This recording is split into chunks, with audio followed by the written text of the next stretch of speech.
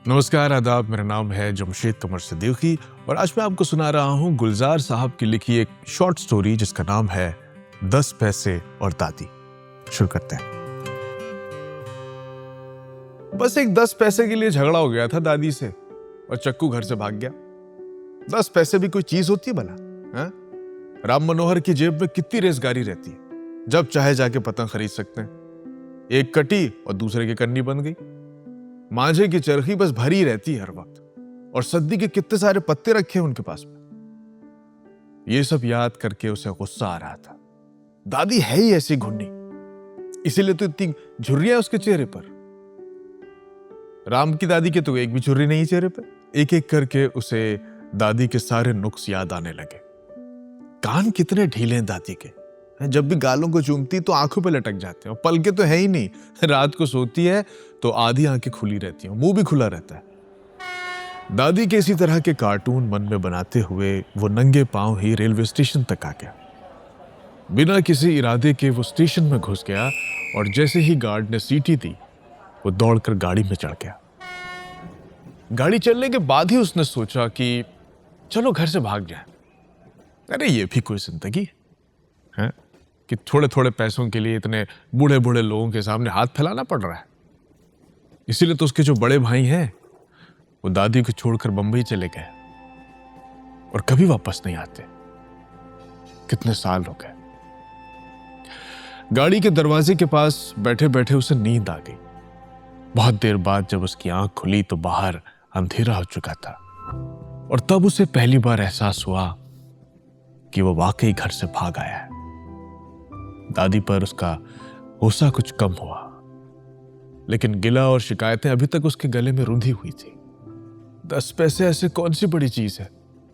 अब अगर पूजा की कटोरी से उठाए तो वो चोरी थोड़ी हुई। अरे भगवान की आंखों के सामने उठाए मैंने, और उन्होंने मुझे देखा ही होगा तो उन्होंने दादी को बताया क्यों नहीं? बताओ, दादी समझती कि मैंने चोरी की है। दादी के भगवान भी उसी की तरह है, गुन्ने, कम सुनते और कम देखते। किसी ने दरवाजे से हटकर अंदर बैठने के लिए कहा उससे। स्टेशन आ रहा था शायद। गाड़ी आहिस्ता हो रही थी। गाड़ी के रुकते रुकते एक बार तो उसे ख्याल आया कि वापस लौट जाए, लेकिन स्टेशन पर टहलते हुए पुलिस वालों को देखकर उसका दिल दहल गया। वो बिना टिकट भी था, और ये ख्याल उसे पहली बार आया था। उसने सुन रखा था कि बिना टिकट वालों को पुलिस पकड़कर जेल भेज देती है और फिर वहां उनसे चक्की चलवाती है। दरवाजे के पास ठंड बढ़ गई थी। वो अंदर की तरफ सीटों के दरमियान आकर बैठ गया।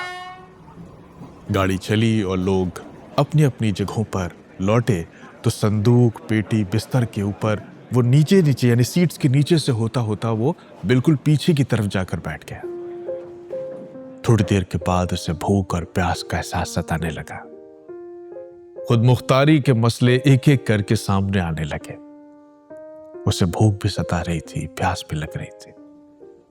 ऊपर वाली बर्थ पर सोए हुए हजरात की सुराही मुसलसल ट्रेन के हिचकोलों से झूल रही थी, और सुराही के मुंह पर आधा लगा हुआ वो ग्लास भी बार बार किटकिट किया जा रहा था। उसी वक्त नीली वर्दी पर पीतल का चमकता हुआ बिल्ला लगाए टिकट चेकर दाखिल हुआ। टीटी। उसके पीछे पीछे उसका एक असिस्टेंट एक बिना टिकट वाले को गुद्दी से पकड़े हुए दाखिल हुआ। चक्कू की तो जान ही निकल गई जैसे। चक्कू ने सोचा कि अब वो क्या करे। वो सीट के नीचे फिर से बैठ गया। सीट के नीचे ही नीचे घिसटता खिसकता वो नीली वर्दी के पीछे की तरफ जा पहुंचा। वहां से खिसकता हुआ डिब्बे के दूसरी तरफ जा निकला, जहां उसे टॉयलेट नजर आया। बस उसी में जाके घुस गया और अपनी नेकर खोलकर कमोड पे बैठ गया। अब यहां थोड़ी ना टिकट पूछने आएगा। ये ख्याल भी आया कि दूसरे लोग ये तरकीब क्यों नहीं इस्तेमाल करते। और वो चेचक के दागों वाला वो जो आदमी था जिसे टीटी के असिस्टेंट ने गुद्दे से पकड़ रखा था, वो तो कर ही सकता था। ये सब सोचते हुए चक्कू कमोड पे बैठा रहा। नंगी टांगों पर ठंड लग रही थी, हवा भी लग रही थी। थोड़ी देर कमोड पर बैठे बैठे उसे नींद आने लगी। फिर गाड़ी ने पटरी बदली। एक धक्का सा लगा, रफ्तार भी कुछ कम होने लगी। उसने बड़ी एहतियात के साथ टॉयलेट का दरवाजा खोला। बाहर कोई स्टेशन आ रहा था। झांक कर देखा तो नीली वर्दी कहीं नजर नहीं आई। जरूर कहीं छिप कर बैठा होगा, वरना चलती गाड़ी से कहां जाएगा वो, इसने सोचा चक्कू ने। गाड़ी रुकी तो वो फौरन उतर गया। सुनसान सा स्टेशन था, आधी रात का वक्त, कोई और तो उतरा भी नहीं था। गाड़ी थोड़ी देर वहां पर हांफती रही, फिर भग भग भग भग करती हुई आगे चली गई। चक्कू अब स्टेशन पर बिल्कुल अकेला था। एक बेंच पर सिकुड़ के बैठा रहा, अपनी टांगों के बीच में मुंह रखकर, और फौरन ही एक तकिए की तरह वो लुढ़क गया। ठक ठक करता हुआ लालटेन हाथ में लिए हुए एक चौकीदार आया, कान से पकड़ा उसे और उठा दिया। ए, चल बाहर निकल, घर से भाग क्या है क्या? चल निकल, नहीं तो चौकी वाले उठा के ले जाएंगे तुझे और जेल में चक्की पिसवाएंगे तुझसे। चल। एक ही धमकी में वो लड़खड़ा कर खड़ा हो गया। चौकीदार ठक ठक करता हुआ फिर गायब हो गया। चक्कू प्लेटफॉर्म की तरफ टहलने लगा, जहां हल्की रोशनी में उसे कुछ बोरियों का ढेर नजर आ रहा था, और उन बोरियों के पीछे कोई बुढ़िया दादी की तरह मुंह खोले सो रहे थे। फटा पुराना एक लिहाफ ओढ़े हुए कोई भिखारिन होगी शायद। नींद चक्कू से बर्दाश्त नहीं हो रही थी, ठंड भी लग रही थी। वो उसी भिखारिन के लिहाफ में घुस गया। उसे लगा जैसे दादी के लिहाफ में घुसकर सो रहा है। गांव में अक्सर ये होता था, मीरासन अपने पास सुलाती थी और रात को उठकर दादी के लिहाफ में ये जा घुसता था। सुबह जब उठा सोकर तो उसने खुद को पाया कि ये बुढ़िया से लिपट के सो रहा है। भिखारिन के सिरहाने पड़े कटोरे में रेजगारी पड़ी थी, यानी बहुत सारे सिक्के थे। फिर उसे वही कटोरी याद आ गई। कल रात की भूख भी लगी हुई थी इसे। इसने उन सिक्कों को देखा और कहा, इतने सारी रेजगारी का क्या करेगी बुढ़िया? दादी से पूछो तो कहती हैं कि मरकर भी जरूरत पड़ती है पैसों की, वरना इस काठी को कौन जलाएगा? झूठी। कितनी तो लकड़ियां पड़ी हुई थी घर में। उसकी नजर फिर से कटोरी पर पड़ गई। एक 10 पैसे उसने निकाल भी लिए तो क्या होगा? यहां तो वैसे भी भगवान भी नहीं है और दादी भी तो नहीं है। मांग लो तो शायद ये बूढ़ी औरत खुद ही दे दे पैसे। लेकिन फिर इसने इधर उधर देखा। कैंटीन के पास रखी अंगीठी का धुआं कोहरे के ऊपर जाकर चढ़ रहा था। उसने 10 पैसे उठा लिए, बुढ़िया का लिहाफ ठीक किया और वहां से सामने दिख रहे बाथरूम में चला गया। वापस आकर उसने मिट्टी से हाथ धोए। दादी ने सिखाया था उसे कि साबुन ना हो तो चूल्हे की राख से हाथ मांज लिया करो, और राख भी ना हो तो, उसने पूछा था तो दादी ने कहा था, तो गमले से थोड़ी सी मिट्टी ले लो, लेकिन बाथरूम से आकर हाथ जरूर साफ किया करो। उसने ठंडे पानी से हाथ धोए। दादी की बात उसे याद थी। किसी ने कोयला मसल कर रखा था होदी पर। इसने उससे मंजन किया थोड़ा सा लेकर, मुंह हाथ भी धोया।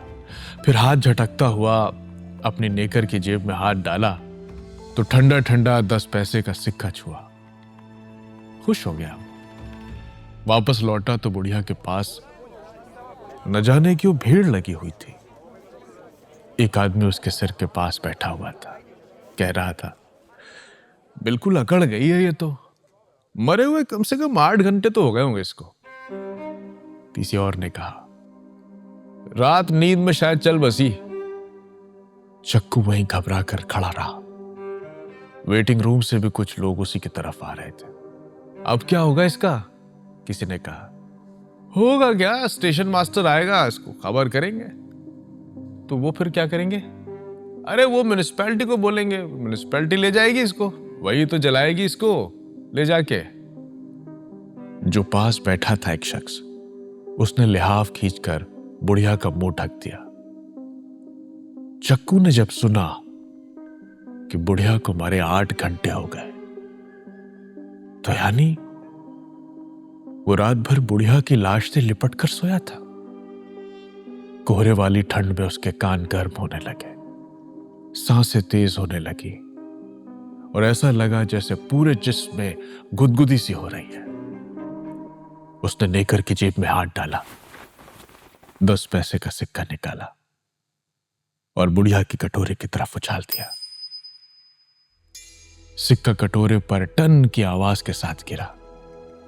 वहां खड़े बाकी लोगों ने उसे पलट कर देखा, लेकिन उसने किसी की तरफ नहीं देखा और वो बस वहां से भाग लिया, तेज, बहुत तेज, अपनी दादी के पास।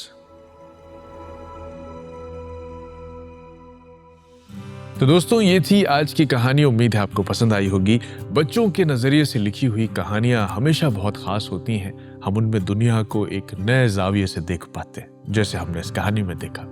दुनिया की जो बदसूरती है उसे एक बच्चा अपनी आंखों से देखता है, महसूस करता है और फिर वापस घर लौटने को भाग जाता है। तो जो भी कहना सुनना चाहते हैं उसके बारे में आपके लिए YouTube का कमेंट बॉक्स खुला हुआ है।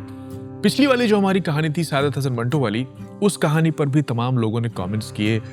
सौरभ कुमार साहब थे, राजेंद्र सिंह, अजय भाई, सनी अक्की, अर्जुन चौपाल साहब, स्वतंत्र यादव और द शेल्डन कूपर साहब, आप सभी का बहुत बहुत शुक्रिया। इस कहानी पर भी अपनी मोहब्बत लुटाइए। कमेंट बॉक्स आपके लिए खुला हुआ है। अच्छी बुरी जैसी भी लगी कहानी या कोई भी अपनी याद इससे जुड़ी हुई आप दर्ज करना चाहते हैं तो कमेंट बॉक्स में लिखें। इस कहानी का साउंड डिजाइन किया है अमन पाल ने। शो के प्रोड्यूसर हैं वाज। अगले हफ्ते लौटूंगा एक नई कहानी के साथ। मेरा नाम है जमशेद कमर सिद्दीकी। दुआ में याद रखिएगा।